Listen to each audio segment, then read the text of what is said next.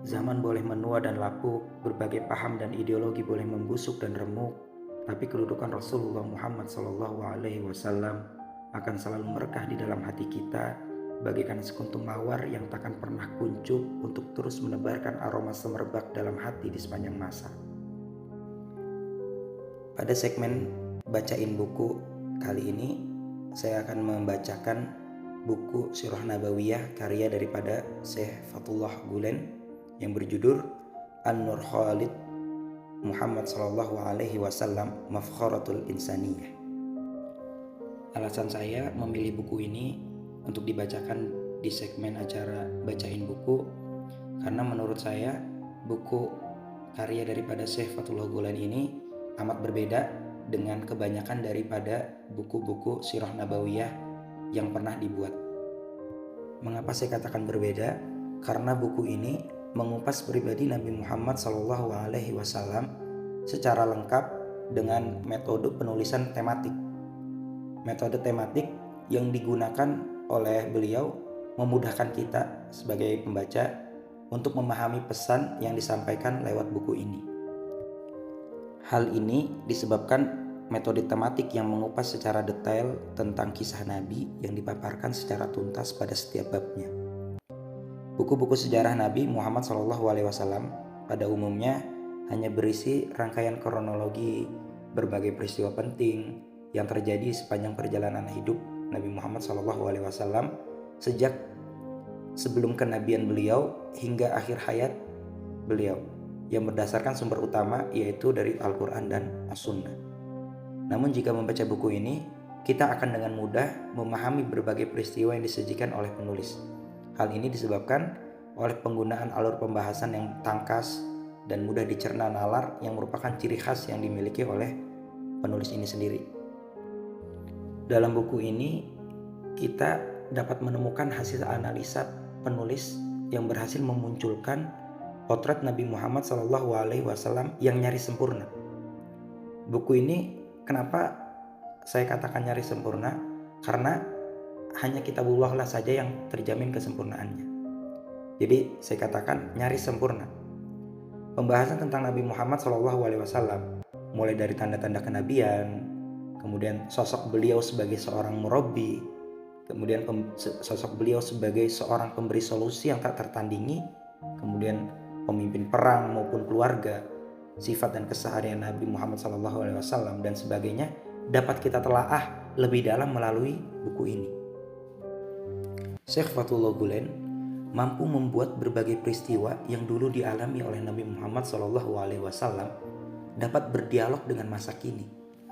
Hingga dengan membaca uraian-uraiannya, kita akan merasakan seolah-olah Nabi Muhammad SAW hadir di tengah kehidupan kita. Dalam buku ini, Nabi Muhammad SAW tidak tampil sebagai sosok seorang manusia super yang berada nan jauh di sana.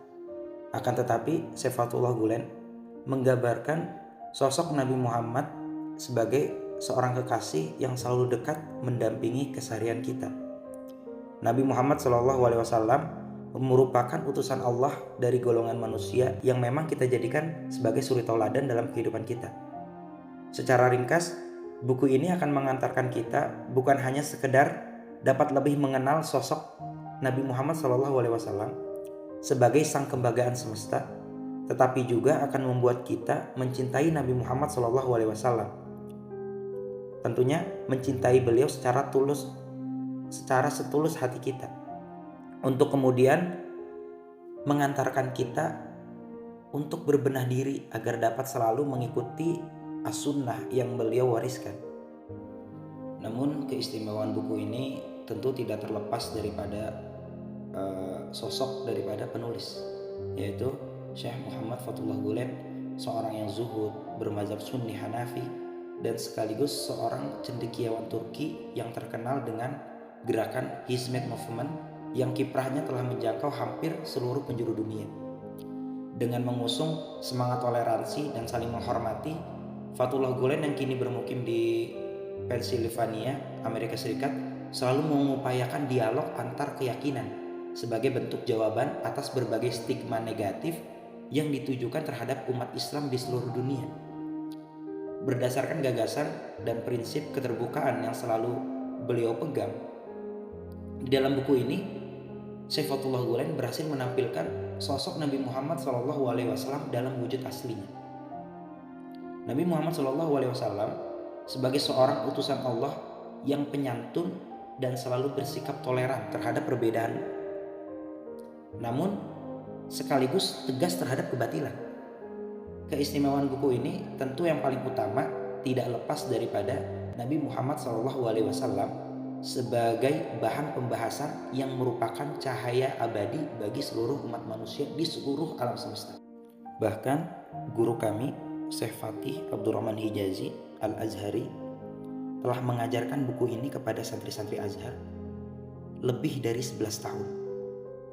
Oke, nggak perlu berpanjang lebar, langsung saja kepada pembahasan inti daripada buku An-Nur Al-Khalid Muhammad Mafkharatul Insaniyah ini.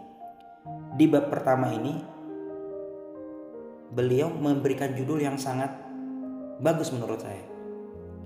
Jadi apa? Bab pertama ini beliau memberikan judul An-Nabiyul Mursal Rahmatan lil Alamin, yang dimana nanti subjudul daripada An-Nabiyul Mursal Rahmatan lil Alamin atau Nabi yang diutus sebagai rahmat bagi semesta, itu beliau memberikan judul, memberikan subjudul yaitu Al-Fajru Al-Murtaqib atau Fajar yang dinanti. Oke, saya akan langsung mulai saja. Subjudul yang pertama yaitu Al-Fajru Al-Murtaqib atau jika kita artikan Fajar yang dinanti. Kala itu dunia tengah diliputi kegelapan. Gulita yang di dalamnya terkandung cahaya yang sedang dinanti. Sebuah getaran yang membawa berita gembira tentang seorang nabi baru. Getaran itu terus merambat, mengetuk setiap telinga dan relung hati manusia. Sampai akhirnya banyak penduduk Mekah yang membincangkan ihwal nabi baru yang sedang ditunggu-tunggu kedatangannya tersebut. Mereka saling berkata satu sama lain, "Kalian harus segera menemui nabi itu setelah dia muncul. Bergegaslah kalian temui dia dan berimanlah kepadanya." Setiap hati menjadi kecut, segenap impian bertumpu pada sosoknya, sang penutup para penyelamat. Semua pasangan suami istri mendambakan agar nabi yang dinanti itu berasal dari keturunan mereka. Sehingga banyak di antara mereka yang menamai anak mereka dengan Muhammad. Tapi sang nabi yang ditunggu kemunculannya itu haruslah berasal dari garis keturunan yang murni seperti emas. Dimulai dari Nabiullah Ibrahim alaihissalam, kemudian Ismail alaihissalam, dan berujung pada Abdul Muthalib dan Abdullah. Setiap hati terus menantikan cahaya yang akan menyemburat dari garis nasab ini.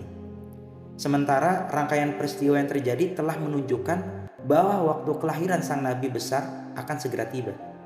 Saat-saat fajar merekah akan segera menghapus gelap. Itu manusia sama sekali tidak mampu memberikan makna berarti terhadap hidup mereka. Orang-orang kala itu tidak sanggup menentukan tujuan yang akan mereka raih. Masa yang sedang kita bicarakan ini bernama masa jahiliyah, Ahdul Jahili.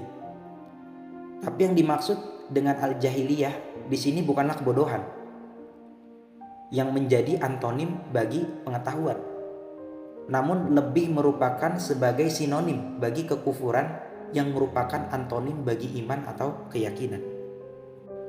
Saya sama sekali tidak ingin memaparkan di sini walaupun sedikit pun situasi busuk yang terjadi pada masa jahiliyah ini, karena saya tidak ingin mengetengahkan kehadapan kalian semua meski hanya sekelumit sebuah paparan kelam yang menjijikkan.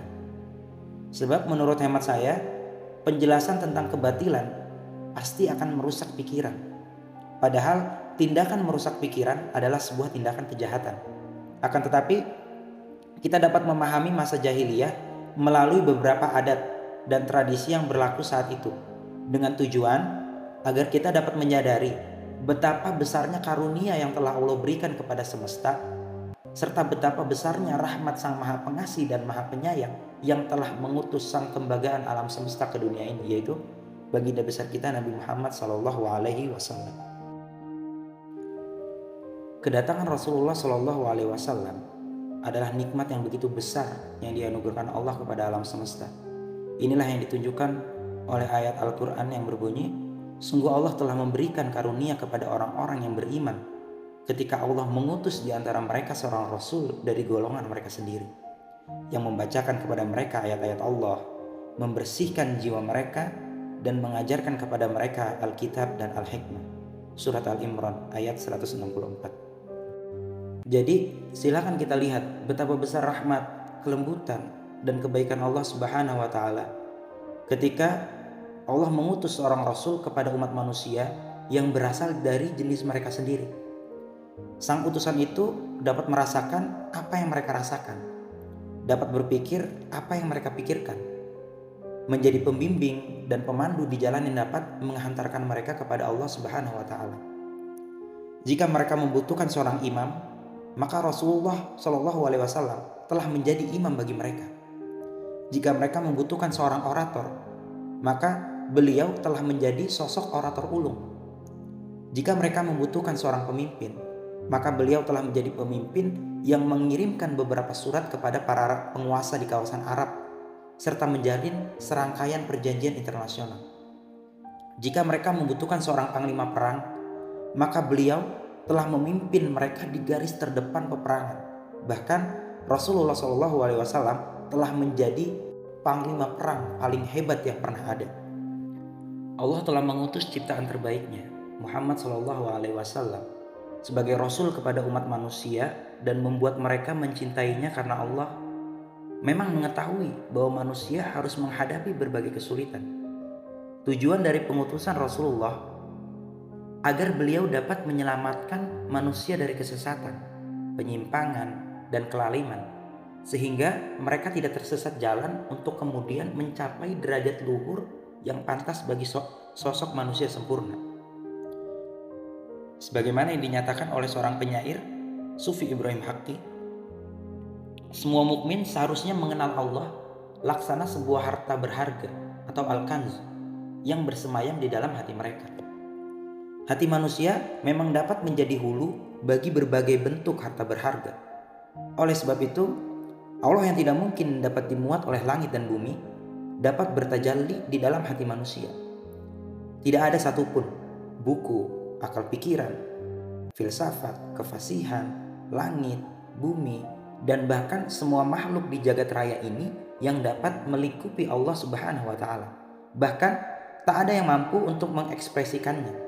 Tapi terkadang hati manusia, meski dalam ukuran yang kecil, mampu menjadi interpretator baginya. Ya, Rasulullah memang telah diutus kepada umat manusia untuk menjadi pewarta wahyu Allah Subhanahu wa Ta'ala dan untuk menunjukkan berbagai macam mukjizat kepada mereka, serta untuk mengajarkan kepada manusia siapa sebenarnya Allah Subhanahu wa Ta'ala. Dengan keberadaan Rasulullah, manusia dapat mensucikan diri dari kekotoran, sehingga mereka dapat menjadi suci dan bersih untuk kemudian mereka naik dari martabat dunia material menuju martabat luhur bagi kehidupan hati spiritual. Dan memang itulah yang terjadi. Ya, Rasulullah yang mengajarkan Alkitab dan hikmah kepada umat manusia. Di bawah naungan cahaya kitab suci dan hikmat kebijaksanaan itu, umat manusia akan dapat menemukan hakikat dari kemanusiaannya serta mengarahkan pandangan mereka hanya menuju akhirat, untuk kemudian mereka menempuh jalan menuju kehidupan abadi. Dan memang itulah yang terjadi. Di dalam keyakinan kita, ada beberapa hari penting yang mengandung kemuliaan dan berkah tertentu. Sebagian dari hari-hari itu ada yang dapat kita anggap sebagai hari raya.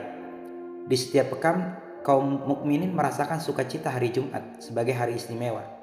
Dan setiap tahun, kaum mukminin merasakan kegembiraan yang lebih besar ketika hari raya Idul Fitri dan hari raya Idul Adha. Khusus pada hari raya Idul Adha yang dirayakan dalam beberapa hari, kaum muslimin mengingat kembali pengorbanan yang dilakukan oleh Nabiullah Ibrahim alaihissalam.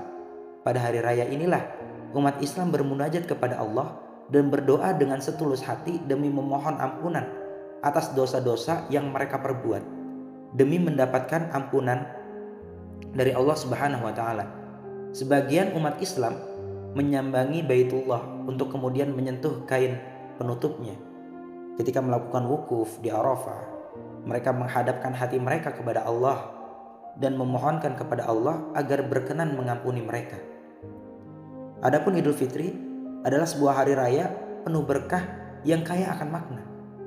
Karena Idul Fitri merupakan wujud ekspresi kegembiraan yang dikecap oleh umat Islam yang hidup di dalam kedekatan dengan ridho ilahi setelah mereka menunaikan puasa selama sebulan penuh. Akan tetapi sebenarnya ada sebuah hari raya yang dapat dianggap sebagai hari raya besar bagi seluruh umat manusia, bahkan bagi seluruh jagat raya. Hari istimewa itu adalah hari kelahiran baginda besar kita Nabi Muhammad SAW, atau yang biasa kita kenal dengan istilah Yaum al-Milad. Itulah hari ketika Allah menggantungkan lentera cahaya Muhammad, An-Nur al-Muhammadi, di atas langit laksana mentari yang bersinar begitu terang. Dengan adanya lentera cahaya Muhammad itulah kegelapan jahiliyah sirna untuk selamanya. Seluruh cahaya semesta berpandar mengikuti geraknya. Cahaya itulah nikmat Allah paling utama dan paling besar yang dianugerahkan kepada segenap jin dan manusia. Itulah penutup daripada subbab fajar yang dinanti. Selanjutnya subbab ahdul muslim atau masa kegelapan. Masa di mana orang-orang musyrik saat itu menyembah patung dan berhala yang mereka letakkan di sekitaran Ka'bah. Mereka bangga dengan penyembahan seperti itu karena mereka menemukan kesenangan di dalamnya. Sementara itu, beberapa di antara mereka yang memiliki sedikit ilmu berdalih bahwa mereka menyembah berhala demi mendekatkan diri kepada Allah Subhanahu wa Ta'ala. Dan orang-orang musyrik saat itu pula memiliki tradisi di mana seorang ayah ketika diberitahu tentang kelahiran seorang anak perempuan, mereka akan langsung memberengut dengan wajah merah padam disebabkan malu tak terkira yang tidak akan bisa ditutupi dari orang banyak. Sedemikian buruknya berita kelahiran seorang bayi perempuan pada masa itu. Sampai-sampai seorang ayah akan memilih untuk bunuh diri daripada harus memikul aib. Ketika seorang ayah mendapatkan bayi perempuan, maka ia harus memilih satu di antara dua pilihan yang sama-sama sulit. Pertama, membiarkan anak perempuannya hidup sambil terus hidup dengan arang mencoreng wajahnya, ataukah dia akan membersihkan aib itu dengan mengubur anaknya hidup-hidup. Separah itulah tingkat kehinaan kaum wanita pada masa jahiliyah. Dan perlakuan buruk terhadap wanita pada masa itu bukan hanya terjadi di kalangan Arab jahiliyah, melainkan juga terjadi di Kekaisaran Romawi dan Persia. Oleh sebab itu dapat dikatakan bahwa apa yang kemudian dilakukan Islam yang mengubah kedudukan wanita di kalangan Arab jahiliyah adalah sesuatu yang luar biasa bagi semua wanita di seluruh dunia hingga saat ini. Lebih lengkapnya nanti akan kita bahas pada episode kedua. Insya Allah akan saya upload di channel ini juga. Mohon dukungan. Jangan lupa like, comment, and subscribe. Wassalamualaikum warahmatullahi wabarakatuh.